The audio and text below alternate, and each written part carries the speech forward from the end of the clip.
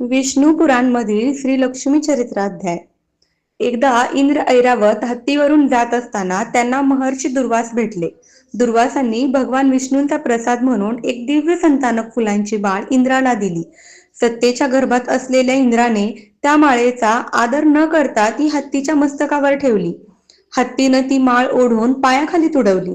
प्रसादाचा आणि पर्यायाने श्रींचा हा अपमान पाहून दुर्वास संतापले। ते म्हणाले, इंद्रा, तू उन्मत्त झाला आहेस। ज्या प्रसादाचा तू अनादर केलास त्यामुळे आता तुझे सर्व वैभव नष्ट होईल आणि लक्ष्मी तुला सोडून जाईल। शापामुळे माता लक्ष्मी तिन्ही लोकातून अदृश्य झाली। इंद्राचं तेज, शक्ती आणि वैभव नष्ट झाले।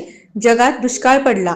संधी साधून असुरांनी स्वर्गावर आक्रमण केले आणि इंद्राचा पराभव करून त्याला हकलून दिले।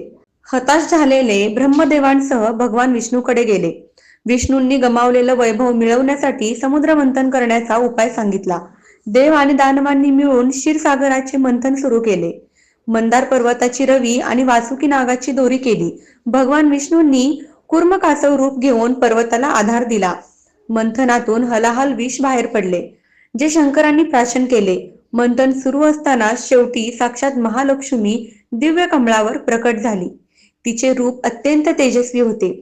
ऋषींनी आणि देवांनी तिची स्तुती केली। हातात वनमाला घेऊन लक्ष्मींनी पती निवडण्यासाठी सर्वांकडे पाहिले, पण तिला कोणातच पूर्णत्व दिसले नाही।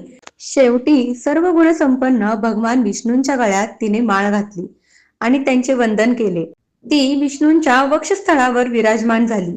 लक्ष्मीच्या केवळ कृपादृष्टीने देवांना पुन्हा तेज मिळाले। देवांनी अमृताचे पान करून असुरांचा पराभव केला आणि राज्य परत मिळवले। इंद्रानं महालक्ष्मीची इंद्रकृत लक्ष्मी स्तोत्राद्वारे स्तुती केली। तेव्हा लक्ष्मी प्रसन्न होऊन म्हणाली, इंद्रा, मी तुझ्यावर प्रसन्न आहे। जे भक्त माझा हा श्री लक्ष्मी चरित्राध्याय वाचतील किंवा ऐकतील त्यांच्या घरी मी कायम वास्तव्य करेल आणि दारिद्र्य त्यांच्या जवळपासही फिरकणार नाही। भक्तांनो, संपत्तीचा माज केल्यास लक्ष्मी निघून जाते, परंतु विनम्रतेने भक्ती केल्यास ती पुन्हा प्रसन्न होते। ही कथा आवडल्यास आपल्या चॅनलला सबस्क्राईब करा, लाईक, शेअर करा। धन्यवाद।